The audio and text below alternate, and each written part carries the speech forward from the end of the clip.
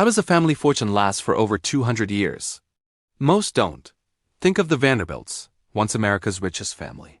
Their massive wealth was gone in just 3 generations. It's a classic story. The first generation builds, the second maintains, and the third squanders it all. But one family broke this rule, not for 3 generations, but for 8. Across more than 2 centuries and 5 different nations, they've managed to build and keep a legendary fortune. This isn't just a story about money. It's about a system, a blueprint for creating wealth that can withstand wars, revolutions, and the test of time. This is the story of the Rothschilds. Our story begins in 1744 in Frankfurt's Jewish ghetto, a cramped, walled-off street called the Judengasse. This is where Mayer Amschel Rothschild was born. At the time, Jews were heavily restricted. They couldn't own land or join professional guilds. But there was one thing they were allowed to do that Christians were not: lend money with interest. Out of sheer necessity, money lending became a specialized Jewish trade. Mayer's father was a humble coin dealer, but Mayer had bigger ambitions. He became an apprentice at the Oppenheimer Bank in Hanover, and it was there he learned 2 crucial things: how royal courts managed their finances, and a fundamental principle of power: whoever controls the money controls everything else. He returned to Frankfurt and started his own business, not just lending money, but trading in rare and collectible coins. This was a clever move. It was a niche hobby popular among Europe's nobility, and it gave him a direct line to princes and dukes. His big break came in 1769 when he became the financial agent for Prince William of Hesse, one of the wealthiest rulers in Europe. Mayer didn't just manage the prince's money. He invested it, multiplied it, and lent it to other governments, quietly building a massive fortune and, more importantly, a reputation for absolute trust. But Mayer's true genius wasn't just in making money. It was in his plan for the future. He had 5 sons, and he trained every single one of them in the art of banking. Then, he executed a brilliant strategy. He sent each son to a major European financial hub. Amschel stayed in Frankfurt to manage the home base. Nathan went to London, the world's financial center. James set up shop in Paris. Salomon went to Vienna, the heart of the Habsburg Empire, and Karl established a branch in Naples. These 5 cities weren't chosen at random. They were the capitals of the 5 great powers of post-Napoleonic Europe. By placing his sons in these strategic locations, Mayer created the world's first multinational bank. The 5 brothers coordinated their actions across borders, creating a private intelligence network that was faster and more reliable than any government's. They used private couriers, carrier pigeons, and fast ships, sending messages in coded letters. It was an early version of the high-speed information networks that define modern finance. This information advantage gave them an incredible edge, and no story illustrates this better than the Battle of Waterloo. In 1815, Napoleon escaped from exile, and the fate of Europe hung in the balance. As the British and French armies clashed, Nathan Rothschild had his own agents on the battlefield. When the Duke of Wellington finally defeated Napoleon, one of Nathan's couriers raced across the English Channel, arriving in London a full 24 hours before the official government messenger. Nathan knew the outcome of the battle before anyone else in England. He walked onto the floor of the London Stock Exchange and started selling British government bonds. Everyone watched him, assuming he had received bad news. Panic selling began. Traders thought Britain had lost the war, and the price of bonds collapsed.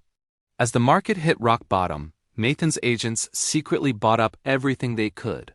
The next day, when the official news of Wellington's victory arrived, the market exploded. Bond prices soared, and Nathan Rothschild reportedly made a fortune overnight, becoming one of the richest men in Britain. The story may be part legend, but its core message is true. For the Rothschilds, information was power. After Waterloo, Europe was in ruins and needed to be rebuilt. Governments were desperate for money, and they turned to the one family that could provide it on a massive scale: the Rothschilds. Between 1815 and 1850, the family arranged enormous loans for Britain, Austria, France, Prussia, and even the Vatican. But they were smart lenders. They didn't just hand over cash. They secured their loans by taking control of a country's revenue streams.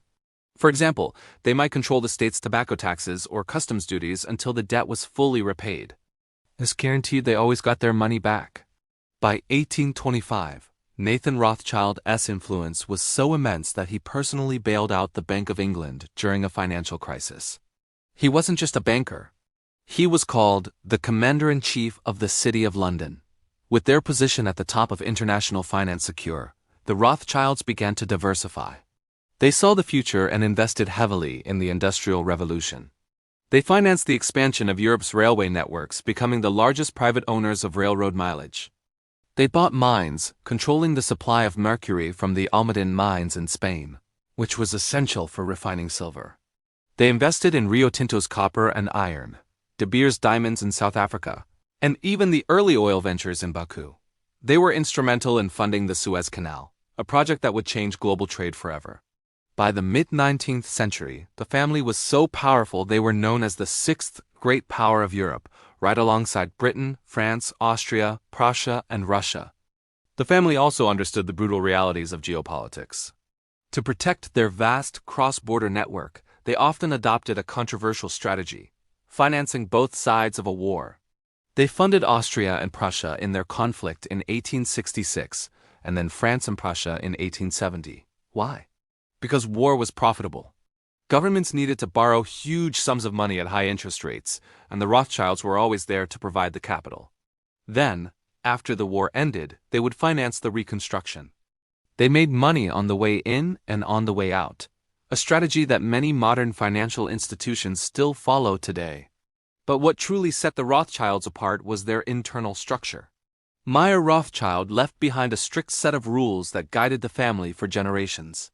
First, all major business decisions had to be approved by all the brothers.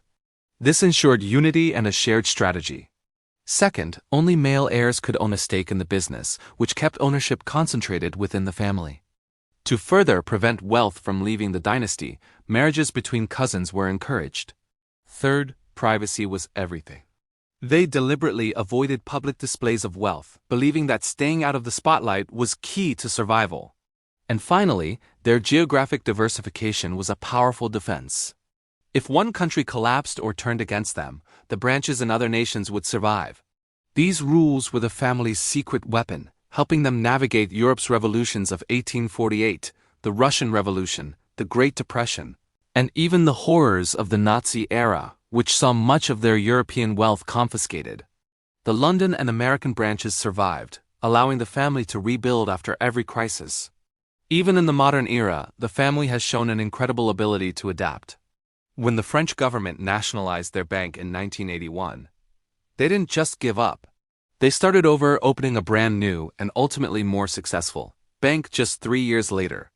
Today, firms like Rothschild & Co.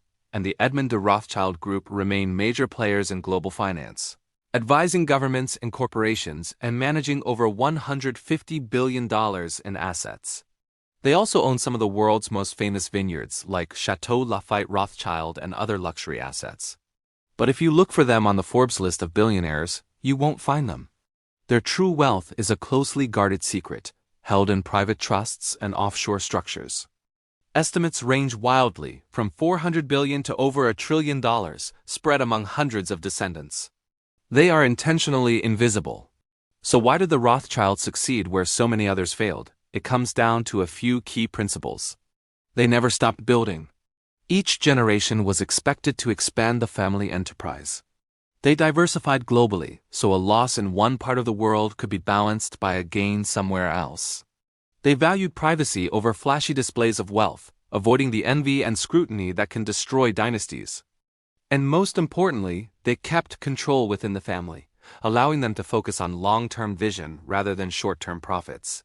From a single street in a German ghetto to a global empire spanning 8 generations, the Rothschilds created more than just wealth. They built a system based on information, discipline, and unshakable family governance. Their story is the ultimate blueprint for how a fortune can be built to last, proving that dynastic wealth isn't about luck. It's about structure, patience, and a plan that looks not just years but centuries ahead. Thanks for watching. If you found this story fascinating, don't forget to like, subscribe, and hit the bell icon so you don't miss our next video. See you next time.